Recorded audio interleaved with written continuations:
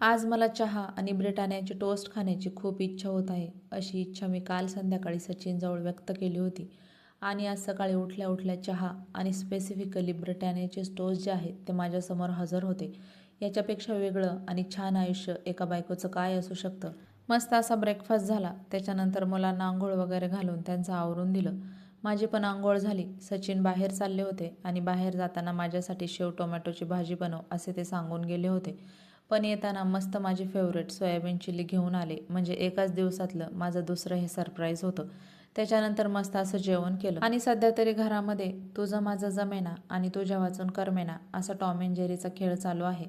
कारण पहिल्याने हात लावला की दुसऱ्याने रडायचं आणि दुसऱ्याने हात लावला की पुन्हा पहिल्याने रडायचं. परत थोड्या वेळाने दोघांनी एकत्र येऊन पुन्हा गोड व्हायचं. असंच सगळं चालू आहे. घरातली सगळीच कामं जी आहेत ती बऱ्यापैकी आवरलेली होती. फक्त किचनची थोडी क्लिनिंग बाकी होती. कारण झाडू जो आहे तो रोज काय प्रत्येक कोपऱ्यापर्यंत पोहोचू शकत नाही. म्हणून म्हटलं चला थोडा वेळ जो आहे तो या कोपऱ्यांना देऊ. झाडू मारता मारता फ्रीजच्या मागचे हे जे कंपार्टमेंट आहे त्याच्याकडे लक्ष गेलं. जास्त काही खराब झालेलं नव्हतं. पण त्याच्यामध्ये पाणी साठलेलं होतं. म्हणून म्हटलं चला ह्याची पण आज क्लिनिंग जी आहे ती करून घेऊया आणि म्हणून ते पण चांगलं असं क्लीन करून घेतलं.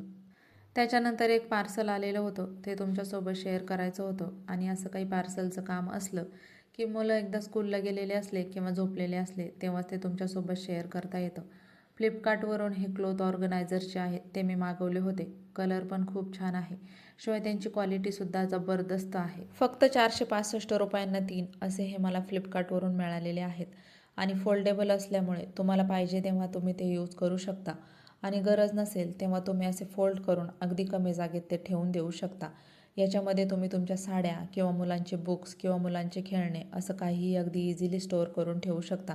आणि याच्यामुळे तुमचं वॉर्डरोब जे आहे ते अजूनच ऑर्गनाईज आणि सुंदर दिसायला मदत होते. मुलांना संध्याकाळी स्नॅक्समध्ये काही ना काही खायला द्यायचंच असतं आणि मग बाहेरच्या सटरमटर गोष्टी देण्यापेक्षा घरातच असं काही हेल्दी बनवलं की मुलांच्या छोट्या भुकेसाठी काय द्यायचं हा प्रश्न जो आहे तो पडत नाही. त्याच्यामुळेच आज मका पोह्यांचा आणि मुरमुऱ्यांचा असा 2 प्रकारचे चिवडे जे आहेत ते मी बनवून ठेवलेले आहेत. त्याच्यानंतर संध्याकाळी झोपेतून उठल्यावर काही खाऊन झालं की कंपल्सरी आम्हाला गार्डनला जायचं असतं. आणि गार्डनच्या सुरुवातीलाच असं गणूबाप्पाचं मंदिर आहे. त्याच्यामुळे तिथे छान दर्शन होतं आणि त्याच्यानंतर आम्ही खेळायला जातो. आज आम्ही गार्डनला जरा लवकरच गेलेलो होतो. त्याच्यामुळे गार्डनमध्ये अजिबातच गर्दी नव्हती. घरी आल्यावर मस्त अशी काकडी कट करून खाली. संध्याकाळच्या जेवणामध्ये छान पनीरची भाजी होती. तर असा होता आजचा दिवस आणि आपण भेटूयात पुढच्या मिनी व्लॉगमध्ये.